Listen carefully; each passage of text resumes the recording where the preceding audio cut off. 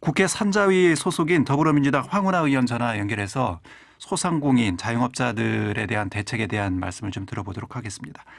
황 의원님 안녕하십니까? 예, 안녕하세요. 예. 소상공인 자영업자들을 직접 만나서 간담회를 가지셨다면서요? 예, 예. 지난 화요일 날 몇 분 이제 사무실에서 뵀었고요. 예. 예, 여러 가지 좋은 말씀 들었습니다. 예. 예. 이분들이 가장 현재 단계에서 어려워하시는 부분들 또 절박하게 호소하는 부분들 들으셨을 텐데 어떻습니까? 네, 어떤 네. 내용을 말씀하셨던가요? 아유, 뭐 이루 말할 수가 없죠. 이게 예. 예, 한 달 있으면 끝날 거다. 뭐 2주 있으면 끝난다. 3주 있으면 끝났다 한 것이 지금 1년 됐지 않습니까? 예. 1년 동안 이렇게 지속되는 이런 여러 방역 조치 때문에 이제 소상공인들이 생계 유지 자체가 지금 어려운 상황이죠. 물론 예. 정부가 손 놓고 있었던 건 아니지만 정말 이제 더 이상 버티기 어려울 그런 벼랑 끝까지 왔다 이렇게 지금 호소하고 계시고요. 예. 그 중에 이제 한 가지 예만 들자면 예컨대 이제 노래방 같은 경우에 현재 예. 9시까지 이제 영업 시간 제한에 묶여 있거든요. 예. 식당도 물론 9시인데 뭐 식당은 그래도 그 사이에 조금 영업일 할 수도 있어요. 그런데 노래방은 성격상 이게 시간을 끊는 거 아닙니까? 뭐 예, 예. 1시간 끊고 30분 끊고 이렇게 하는 거여서 사실상 8시 넘으면 손님 받기가 어려운 겁니다. 이게. 예. 그러니까 손님이 이제 거의 없는 상황이죠. 그러니까 좀 9시 영업 제한을 자정까지라도 좀 연장해 달라. 그다음에 지금 5명 이상 못 모이겠지 않습니까? 예. 그걸 일률적으로 하지 말고 10명으로 좀 완화도 하고 완화해달라. 예. 또 공간도 어디 공간은 좀 공간이 크면 이렇게 거리두기 하면서도 할 수 있는데 일률적으로 이렇게 5명으로 묶느냐. 예.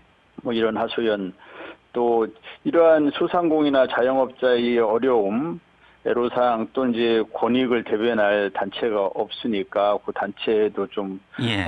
설립될 수 있도록 도와달라 이런 말씀 들었고요. 예.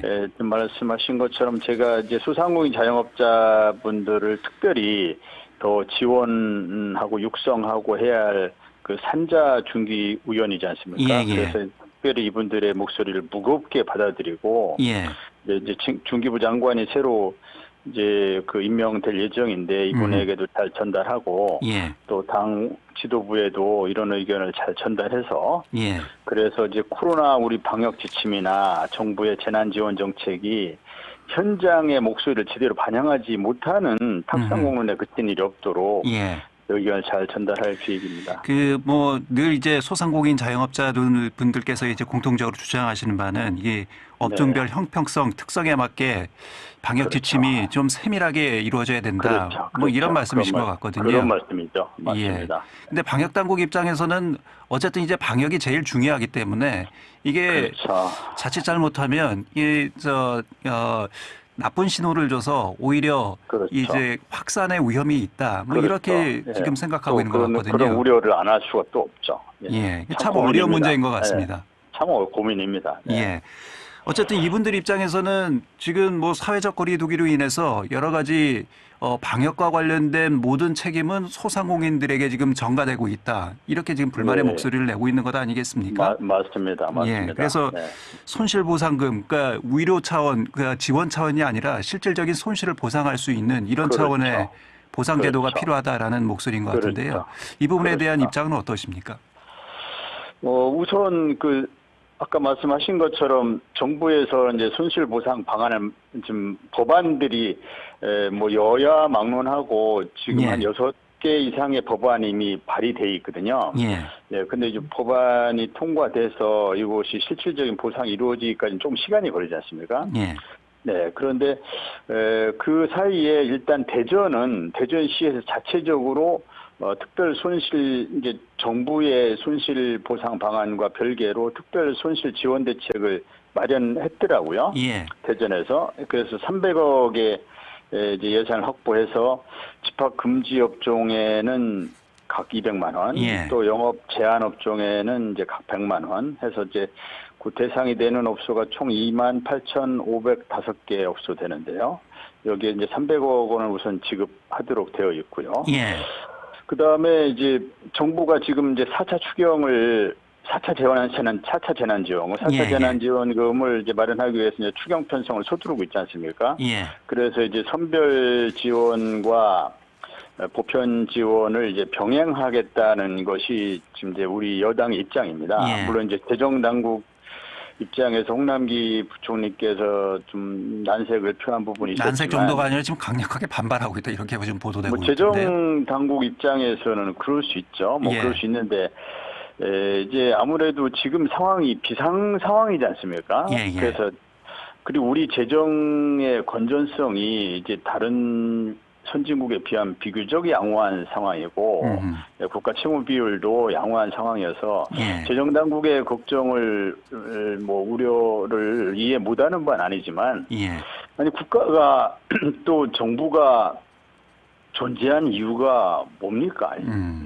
우선은 이게 지금 하루하루를 버티기 힘든 분들을 예. 삶을 구제해 주는 것이 우선이죠. 예. 네, 그래서 아마 이제 재정당국도 그런 이제 정치적 결단, 이건 결국 정책적 결단, 정치적 결단이지 않습니까? 예. 정치와 대통령이 궁극적으로 책임져야 될 일이지 않습니까? 예. 그래서 정치가 책임져야 될 일이고 이 대통령이 책임져야 될 일이기 때문에 그런 결단이 있으면 예. 뭐 재정당국이 따를 수밖에 없죠. 예. 적극적으로 재정을 풀어야 된다. 그럼요. 재정의 적극적인 역할을 뭐 재정당국이라고 모르겠습니까? 그렇지만 예.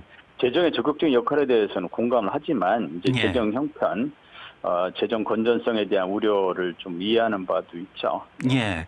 일부에서는 이제 뭐 국채까지도 발행해야 된다 이런 얘기까지 나오고 있거든요.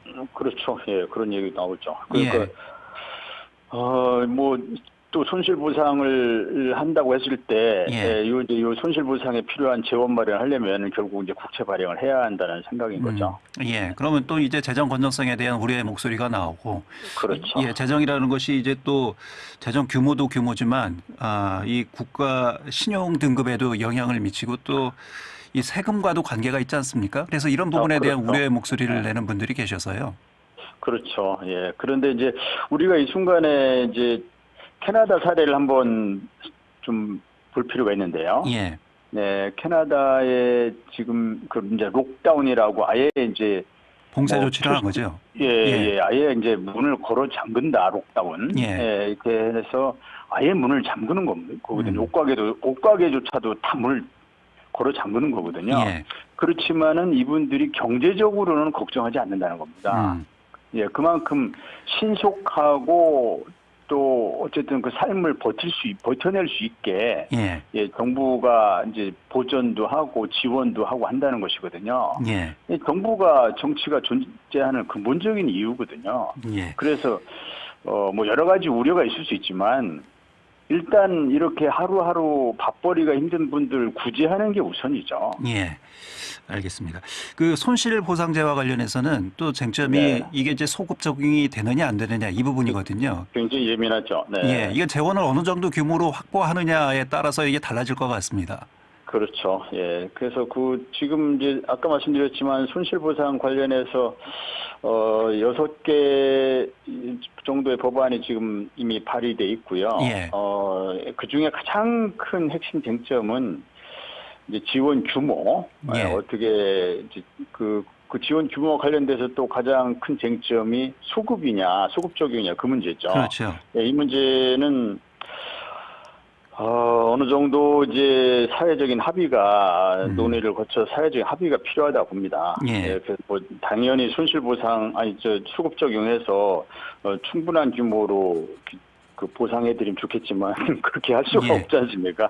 예. 그렇기 때문에 이런 좀 그런 이제 규모나 소급 적용 여부 등에 대해서 사회적 합의, 합리적인 기준에 대한 사회적 합의가 필요하다 봅니다. 예.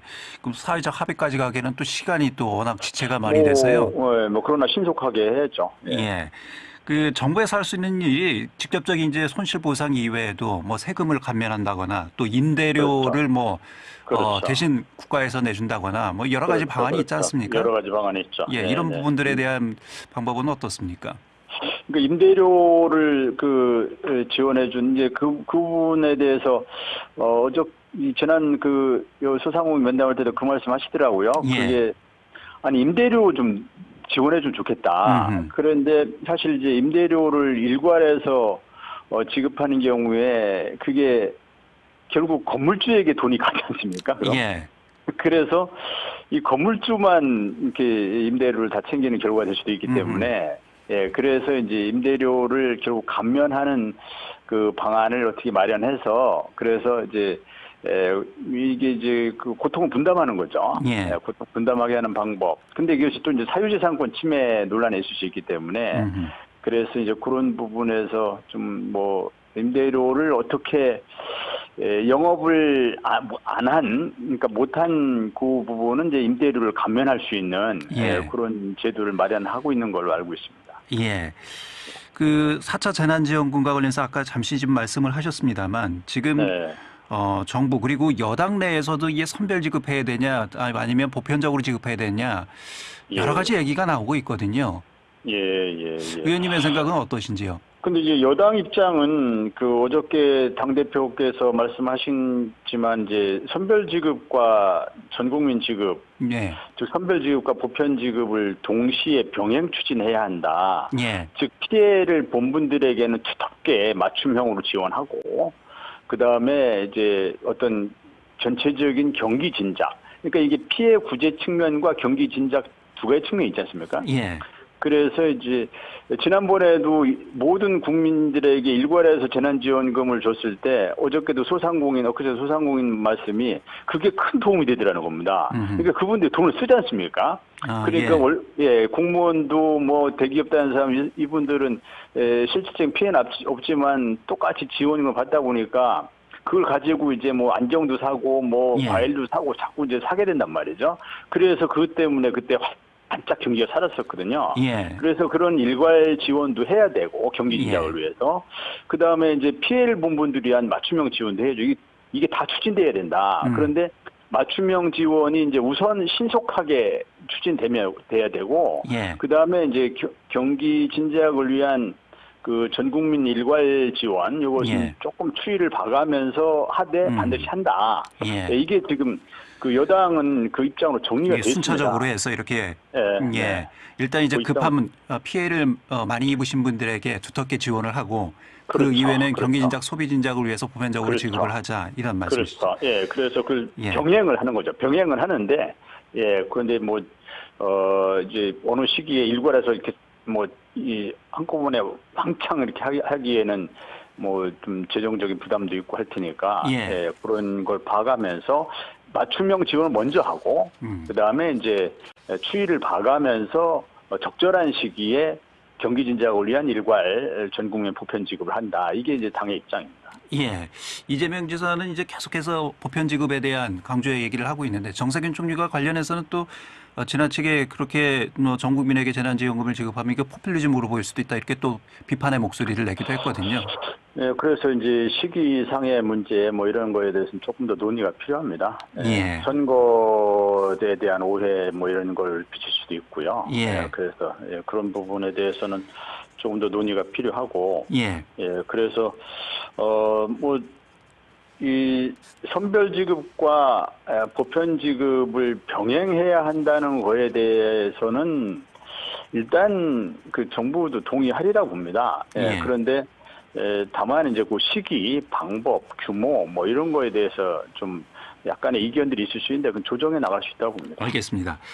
그 얼마 전에 대전 IM 국제학교에서 집단 감염이 발생하지 않았습니까? 그렇죠. 의원님의 지역구이기도 하고요. 맞습니다.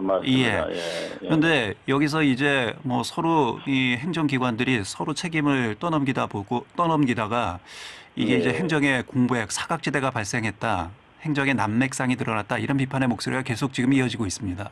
그 좀 뭐 어쨌든 인가를 받지 않은 그런 그 종교 시설에서 이것이 이제 그동안 사각지대에 놓여 왔었죠. 이것이 이번에 이제 이런 문제가 됐는데 이제 방역 당국이 사실 열악한 그 여러 가지 근무 여건 하에서 지금까지 우리가 K방역 성공한 데는 국민들의 협조가 제일 컸고 소상공인 자영업자의 희생, 피눈물 난 희생 뭐 이런 거 하고 이런 그 방역 당국과 의료진들의 헌신과 희생이 있었지 않습니까? 그래서 이분들의 헌신을 적인 열악한 여건 속에 헌신적으로 일하는 이분들을 이게 섣불리 이렇게 좀 비난하는 것은 제가 공직자 생활 많이 해봐서 알지만 예. 공무원들이 사실 물론 뭐 더러 실수도 하고 과오도 있을 수 있지만 이 공무원들을 함부로 이렇게 특히 지금 방역 당국에 종사하시는 공무원들을 섣불리 비난하는 건 저는 좀 신중해야 되다 봅니다. 예. 예, 이분들이 나름대로 최선을 다했다고 저는 생각하거든요. 예. 예, 그래서 물론 이제 미인가 시설에 대한 사전에 예방 관리 감독을 철저히 했더라면 뭐 이런 그것을 막을 수 있지 않았느냐 이런 이제 우려나 비판은 있을 수 있지만 이게 지나고 나서 그 최선을 다했느냐 이 기준을 놓고 보면은 사실 완벽한 사람은 아무도 없거든요. 예. 그 당시 상황에서 보면 전지전능을 요구하거든요. 예. 전지전능한 관점에서 이거 파악했어야 되지 않냐, 이런 조치했어야 되지 않냐, 이런데 그 당시 여건을 보면 이것도 해야 되고 저것도 해야 되고 이것도 저것도 해야 되는데 그게 그 여건상 잘 안 될 수 있거든요. 예, 최선을 다하지 않았다는 것이 아니고 이건 뭐 네. 그 전에도 민원 제기가 있었고 충분히 그 문제점을 인지했음에도 불구하고 뭐 관련 법률이 없다, 뭐 규정이 없다라는 이유로 좀 소극적으로 대처한 부분, 이 부분에 대한 비판의 목소리이지 않을까 싶거든요. 네. 그래서 그 부분은 이제 방역 당국에서도 제가 이제 방역 당국 사기 때문에 제가 말씀드리 좀 조심스러워하는데 예. 그런 부분은 좀 능동적으로 좀 과오가 있었다는 것을 인정하고 반성하면서 이제 앞으로 좀 더 능동적으로 해야죠. 능동적으로 해야죠. 네. 알겠습니다. 의원님 오늘 말씀 여기까지 들어야 될 것 같습니다. 고맙습니다. 네.